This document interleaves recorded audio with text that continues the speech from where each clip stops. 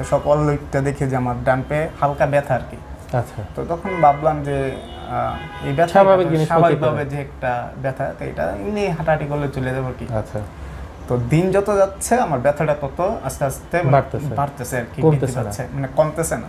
তখন দেখি যে আমার পা অনেক মানে ফুলে গেছে আর কি, অনেকটুকু ফুলে গেছে। আমাদের এখানে যে লোকাল ডাক্তার মানে স্যার কাছে নিয়ে যায় আর কি সর্বপ্রথম আর কি।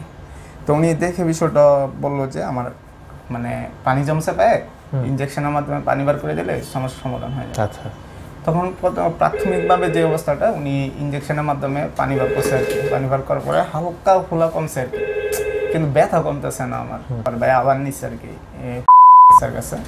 তো উনি আবার হাড়টার জন্য আমাদের এখানে ভালোই মানে নাম ডাক ওনার।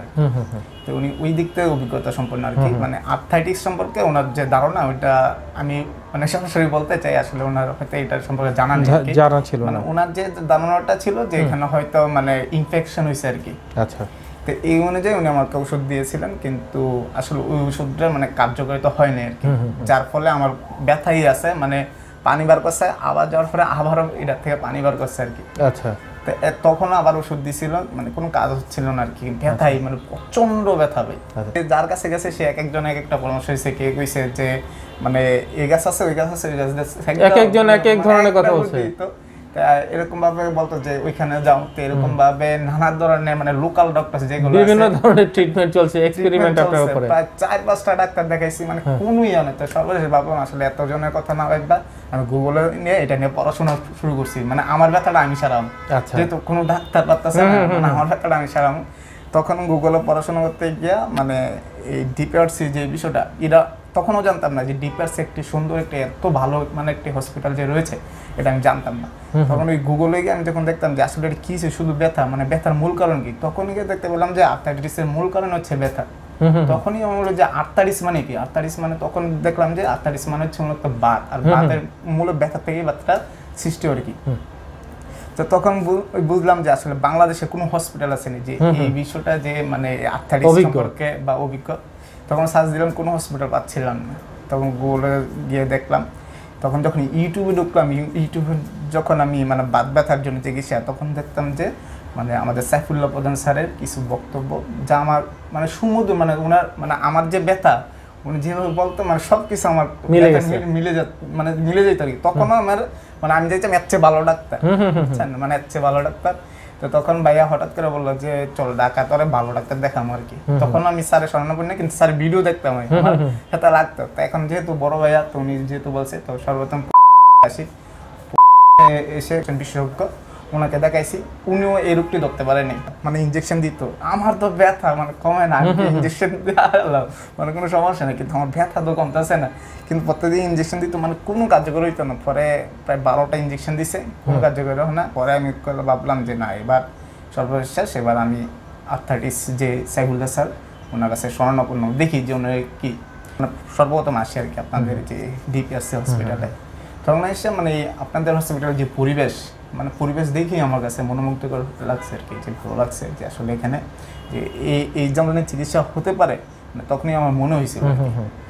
তো আস্তে ধীরে আপনাদের সাথে পরীক্ষা নিরীক্ষা করলো, তখন মানে যে ডায়াগনোসিস এটা আসলে সুন্দরভাবে মানে একবার পরীক্ষা করে মানে তার কনফার্ম হয়েছে যে আসলে আমার রোগটা কি। তখন মানে এতদিন তো কেউ রোগই ধরতে পারে নাই, যখন এই আমার রোগটা মানে ধরতে পারছে, তখন আমি খুব একটা শান্তি মানে অনুভূতি পাইছি যে না আসলে আমার মানে যে রোগটা এটা আল্লাহর রহমতে এখন একটু হয়তো সারতে পারে। তো এই বিষয়ে যখন ডায়াগনোসিস করা হলো, তখন স্যার বললো যে তোমার আর্থ্রাইটিস হয়েছে। তখন আমি একটু শান্তি পেয়েছি, যেহেতু স্যার আর্থ্রাইটিসের ধরতে পেরেছে যে আসলে সমস্যাটা কি। তখন যেহেতু ধরতে পেরেছে, তাহলে অবশ্যই উনি এই চিকিৎসা সম্ভব, মানে উনি এটার সমাধান জানেন বা অভিজ্ঞ। তখন আমার মানে ভিতরে আমার মনে হয়েছে যে ওই দিনকেই ভর্তি স্যারে এক সপ্তাহ ভর্তি দিল। তখন আমরা গেলাম, যাওয়ার পরে স্যারের যে কোনো কন্ট্যাক্ট থেরাপির মাধ্যমে যখন প্রথম দিনই আমি ফলাফল পাইলাম যে আলহামদুলিল্লাহ, যে মানে আমি হাঁটতে শুরু করে দিলাম। আমি আসছিলাম হুইল চেয়ার করে। আপনি হুইল চেয়ারে করে এসেছিলেন? মানে ইনফেকশন হইলে কিন্তু পাটা কাটটা ফেলাই দিতে হয়। তো তখন অনেক ভয় পেয়ে গেছিলাম, এই কথাটা এবং স্যারেরও বলছিলাম। স্যারে কয় না মানে রোগ হইতেই পারে, সব ডায়াগনোসিস করে এটা কনফার্ম করাটা এবং এটা ধরাটা হচ্ছে সবচেয়ে বড় বিষয়। স্যার যখন আমি আশ্বস্ত করলো, তখন আমি খুব শান্তি ফিল করলাম। এবং আল্লাহর রহমতে একদিন 2 দিন 3 দিন করে যখন 7 দিন পার হলো আলহামদুলিল্লাহ এখন আমি সুস্থ হয়ে দেখেন এখন হাঁটতে পারি আমি। আলহামদুলিল্লাহ। আগে তো আমি দাঁড়াইতে পারতাম না, এখন নিজে নিজে খুব সহজে আপনি দাঁড়াচ্ছেন। আলহামদুলিল্লাহ। মানে এর চেয়ে বড় আর কিছু না। আসলে মানুষ মনে করে যে আসলে টাকা পয়সা কিন্তু সব মানুষ সুস্থ থাকে তার ভবিষ্যতে কিন্তু অনেক কিছু করতে পারবে, কিন্তু যে মানুষ যদি টাকা পয়সা চিন্তা করে যদি তার সুস্থতার দিক দিয়ে যদি লক্ষ্য না করে তাহলে কিন্তু এক্সট্রা সময় আমার মনে হয় যে প্যারালাইসিস হয়ে যেতে পারে, যে তার পা একটা সময় হারিয়ে ফেলবে। তখন দেখা যাচ্ছে সে নিজেই তো কোনোভাবে তার পরিবারকে চালিত করতে পারবে না, তখন সে একটা বোঝা হয়ে যাবে পরিবারের জন্য, একটা বোঝা হয়ে যাবে। তখন তার খালি প্রতিনিয়ত মনে হবে যে সে যেন মৃত্যুটা তার কাম্য হয়ে যায় আর কি। তো সেই দিক থেকে আমি সবাইকে সাজেস্ট করব যাতে মানে যদি কেউ এই ধরনের রোগে আক্রান্ত হয়ে থাকেন মানে লোকাল কোনো ডাক্তার জেনে না দেখায়, কারণ লোকাল ডাক্তার দেখাইতে গেলে দেখা যাচ্ছে আপনার এখানে যদি 1-2 হাজার টাকা করে দেখান তার আপনার রোগ ধরতে পারবো না, কিন্তু আপনার কিন্তু ওষুধ দেবো, দেখা যাচ্ছে ওই ওষুধের সাইড এফেক্টে আপনার আবার বিভিন্ন ধরনের কিডনি ডাইজেস্ট মানে প্রবলেম, হার্টের প্রবলেম এবং কি যে গ্যাস্ট্রিক আলসার হয়ে যেতে পারে, কারণ তারা তো রোগটা ধরতেছে না, আপনার যে ওষুধ দিয়ে তাহলে কিসের ওষুধ আপনাকে দিচ্ছে? হ্যাঁ মানে কিসের ওষুধ দিচ্ছে আর কি। তো সেই বিষয়ে আমি সবাইকে সাজেস্ট করবো একটাই, যাতে রোগটা যাতে নির্ণয় করতে পারে, যাতে যে ভালো ডায়াগনোসিস করে আগে রোগটা নির্ণয় করে। এখন সেই হিসাবে আমি মনে করি যে ডায়াগনোসিসের জন্য ডিপিআরসি হসপিটাল অত্যন্ত মানে ভালো একটি হসপিটাল। মানে আমার কাছে মনে হয়েছে মানে এখানে আমার কেউ শিখাই দিচ্ছে না যে আসলে যে কি যে আলহামদুলিল্লাহ আল্লাহ দরবার লাখ কোটি শুকরিয়া যে আমি এটার সন্ধান পেয়েছি।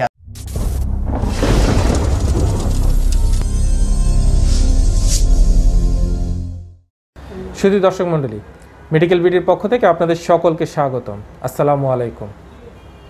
কেমন আছেন আপনারা? আশা করি আপনারা সবাই ভালো আছেন আর সুস্থ আছেন।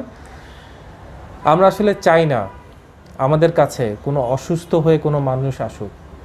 আমরা চাই সবসময় আপনাদেরকে একটি সঠিক জীবনধারা এবং সঠিক একটি নিয়ম কানুন সম্পর্কে আপনাদেরকে সচেতন করা, এটাই আসলে আমাদের মূল উদ্দেশ্য।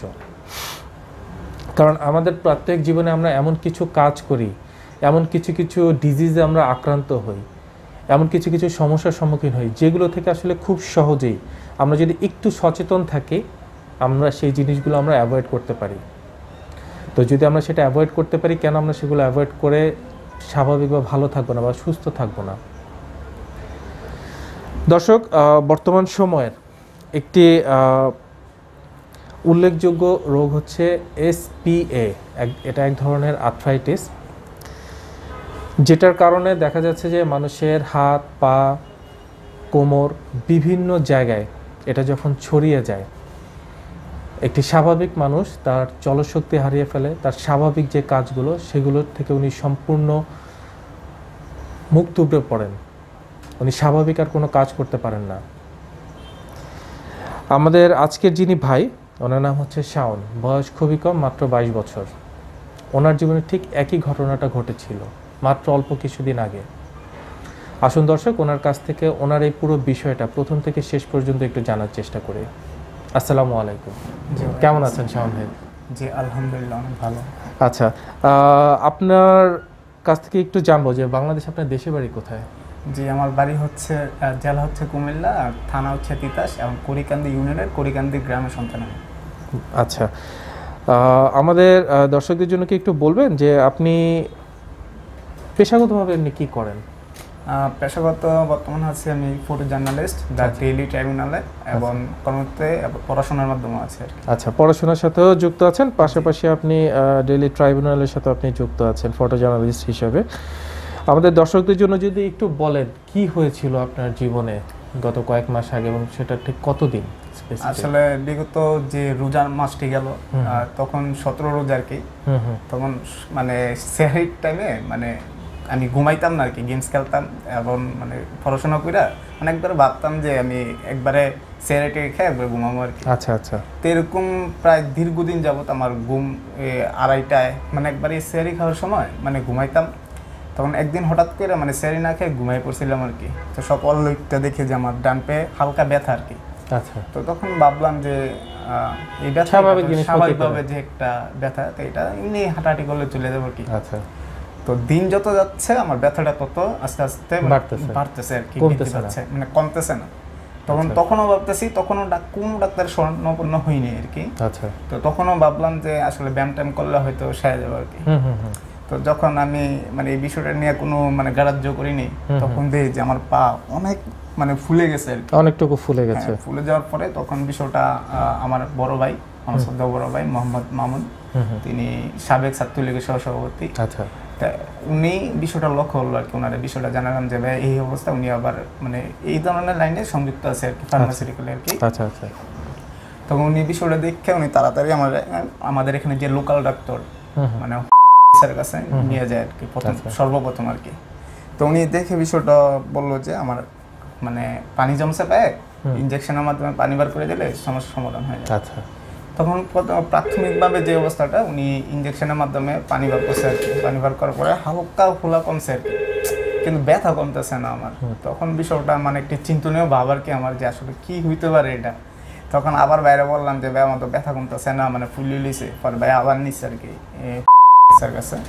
তো উনি আবার হাড়টার জন্য আমাদের এখানে ভালোই মানে নাম ডাক ওনার। তো উনি ওই দিক থেকে অভিজ্ঞতা সম্পন্ন আর কি, মানে আর্থ্রাইটিস সম্পর্কে ওনার যে ধারণা, ওইটা আমি মানে সরাসরি বলতে চাই, আসলে ওনার হয়তো এটার সম্পর্কে জানা ছিল মানে ওনার যে ধারণাটা ছিল যে এখানে হয়তো মানে ইনফেকশন হয়েছে আর কি। আচ্ছা। তো এই অনুযায়ী উনি আমাকে ওষুধ দিয়েছিলেন, কিন্তু আসলে ওই ওষুধটা মানে কার্যকারিতা হয়নি আর কি, যার ফলে আমার ব্যথাই আছে, মানে পানি বার করছে, আবার যাওয়ার পরে আবারও এটার থেকে পানি বার করছে আর কি। আচ্ছা। তখন আবার ওষুধ দিছিল, মানে কোনো কাজ হচ্ছিল না আর কি, ব্যথাই মানে প্রচন্ড ব্যথা ভাই। আমরা একটু যদি জানি যে আপনার এই যে কাজের যে পারপাস, আপনার এই পারপাসে কি আপনাকে অনেক বেশি মুভ করতে হতো, স্পেশালি বাইক? আসলে স্পেশালি ভাবে যে আমি সব সময় মানে বাইক নিয়ে চলাফেরা, বাইকে অনেক বেশি মুভ করতে হতো, বেশিরভাগ বাইকে থাকা হতো, মানে হাঁটাটা একটু কম হতো আর কি।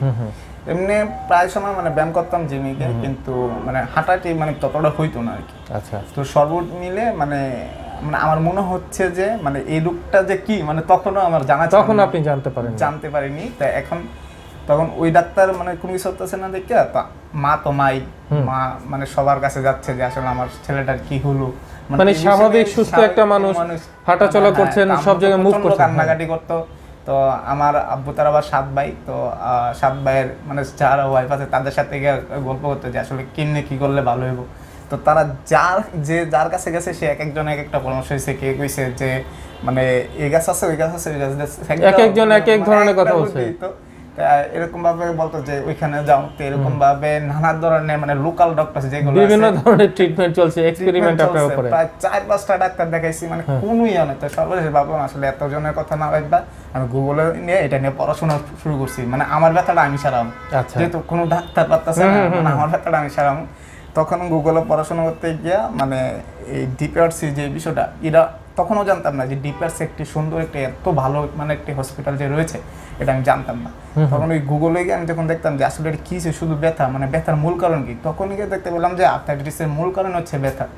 তখনই আমার হলো যে আর্থ্রাইটিস মানে কি, আর্থ্রাইটিস মানে তখন দেখলাম যে আর্থ্রাইটিস মানে হচ্ছে মূলত বাত, আর বাতের মূল ব্যথা থেকেই ব্যথাটা সৃষ্টি হয় কি। তো তখন বুঝলাম যে আসলে বাংলাদেশে কোনো হসপিটাল আছে না যে এই বিষয়টা যে মানে আর্থ্রাইটিস সম্পর্কে বা অভিজ্ঞ।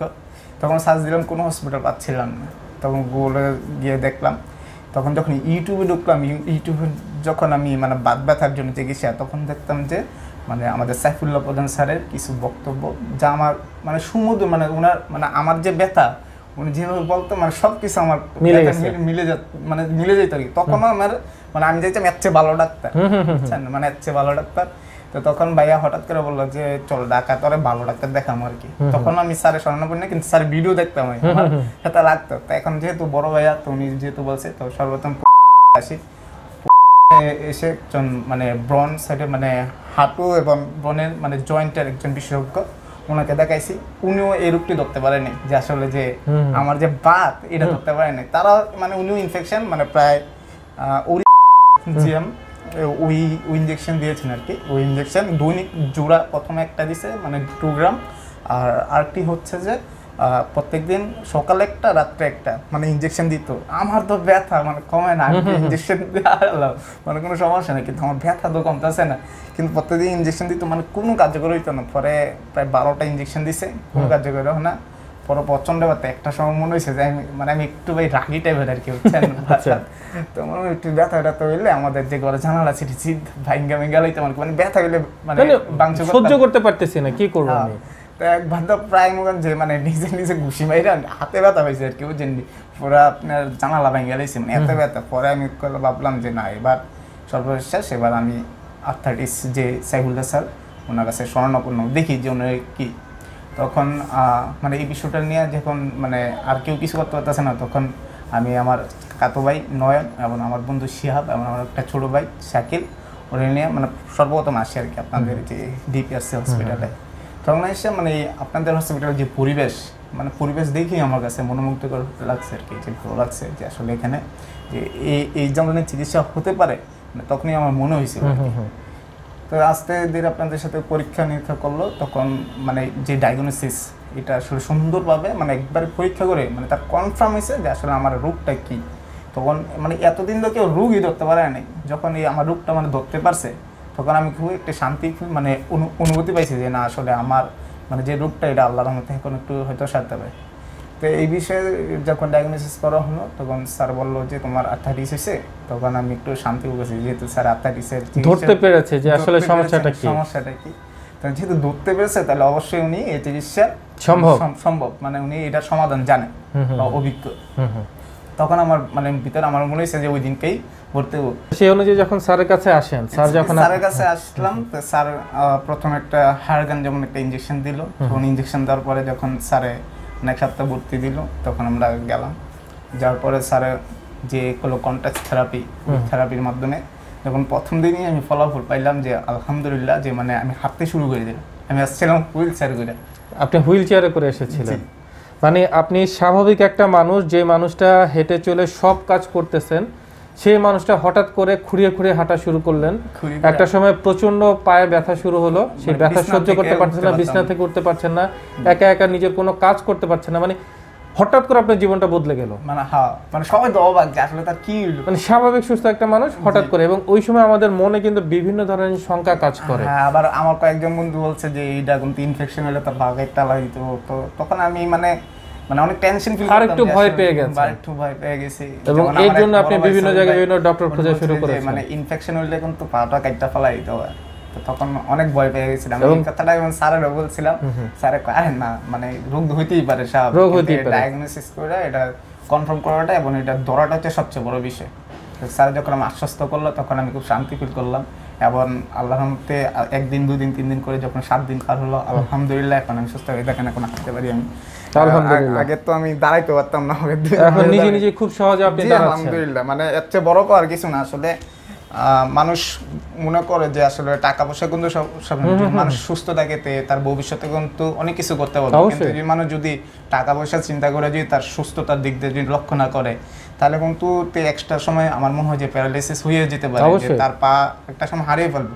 তখন দেখা যাচ্ছে সে নিজেই তো কোনোভাবে তার পরিবারকে চালিত করতে পারবে না, তখন সে একটা বোঝা হয়ে যাবে পরিবারের জন্য, একটা বোঝা হয়ে যাবে। তখন তার খালি প্রতিনিয়ত মনে হবে যে সে যেন মৃত্যুটা তার কাম্য হয়ে যায় আর কি।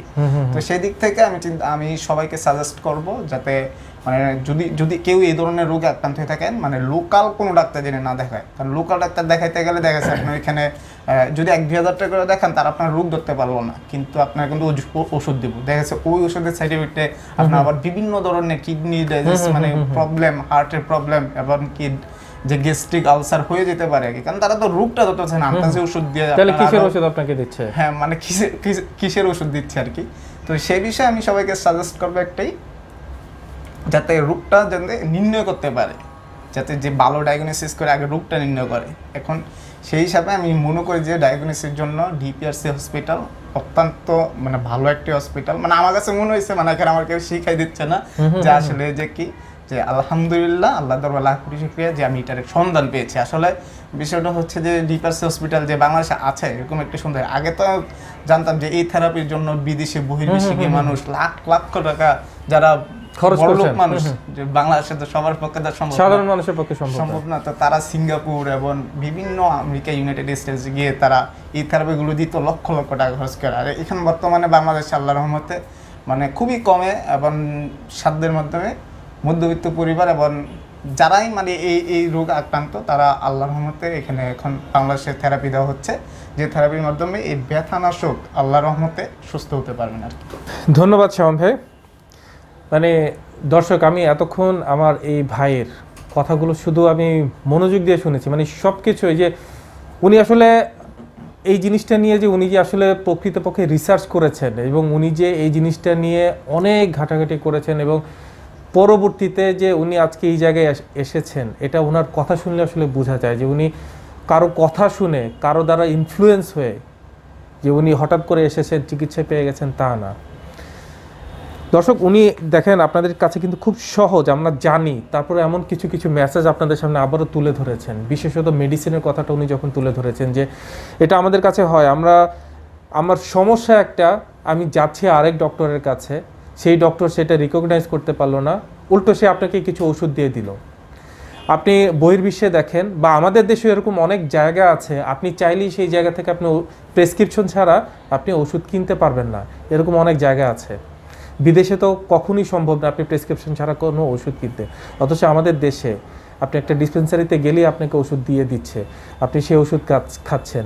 ইভেন অ্যান্টিবায়োটিকের মতো ওষুধ আমাদের ডিসপেন্সারি থেকে দিয়ে দিচ্ছে। এটা যে কতটা ভয়াবহ! আমরা এরকম অসংখ্য পেশেন্ট পাই যারা এরকম বিভিন্ন ডিসপেন্সারি থেকে, বিভিন্ন ডক্টরের কাছ থেকে, যারা হয়তো রোগটা নির্ণয় করতে পারেননি, অথচ ওষুধ দিয়ে দিয়েছেন, সেই ওষুধের প্রেক্ষিতে অবস্থা তো ভালো হয়নি, বরঞ্চ আরও খারাপ অবস্থা হয়ে গেছে এবং একদম শেষ অবস্থায় সেই রোগ চলে এসেছে। তো এই যে ব্যাপারগুলো, আমাদের সকলকে এই বিষয়গুলো থেকে একটু সতর্ক থাকতে হবে, সাবধান থাকতে হবে। আর এই ভাইটা যেটা করেছেন, দেখেন প্রথম উনি যখন যেখানে বলছেন উনি ট্রিটমেন্ট নেওয়ার চেষ্টা করেছেন, একটা সময় উনি ভীত হয়ে গেছেন যে ওনার কি পা কেটে ফেলতে হবে কিনা, অথচ জিনিসটা কিন্তু খুবই সিম্পল একটা জিনিস। ওনাকে যারা ডায়াগনোসিস করেছেন, যেই জায়গায় ওনার ডায়াগনোসিস করার কথা ছিল সেইখানে না গিয়ে উল্টো জায়গাগুলো তারা ডায়াগনোসিস করছিলেন। ফলশ্রুতিতে ওনার মেইন যে সমস্যা সেটাই ধরা পড়েনি কখনো, সেটার মাত্র উনি এই ডিপিআরসি হসপিটালে আসার পরে উনি সেটা জানতে পারেন যে ওনার আসলে আর্থ্রাইটিস হয়েছে। তো এই যে ব্যাপারগুলো, আপনারা যে কোনো রোগ হোক, আগে আপনারা জিনিসটা জানেন, বুঝেন, আপনি আগে শিওর হন যে আসলে আপনার সমস্যাটা কোথায়, আপনার সমস্যার জন্য আপনি কার কাছে যাবেন সেটা আগে আপনি নির্ধারণ করেন। সেটা যখন আপনার রোগটা নির্ধারিত হয়, আপনার রোগ ভালো করা ওয়ানচোর ব্যাপার। ধন্যবাদ আপনাদের সকলকে আমাদের সঙ্গে থাকার জন্য। আসসালামু আলাইকুম। শাওন ভাই, আপনাকে অসংখ্য ধন্যবাদ আমাদের সঙ্গে থাকার জন্য, এবং এই যে আপনার মূল্যবান এই যে ঘটনাগুলো আপনি শেয়ার করলেন, হাজার হাজার মানুষ অনেক কিছু শিখতে পারলো আপনার কাছ থেকে। যে আপনাদেরকে অনেক অসংখ্য ধন্যবাদ, এবং ডিপিআরসি হসপিটালকে অসংখ্য ধন্যবাদ, এবং সাইফুল্লাহ প্রধান স্যারকে অসংখ্য ধন্যবাদ, অবশ্যই, এরকম একটি সুন্দর প্রতিষ্ঠান করে তোলার জন্য।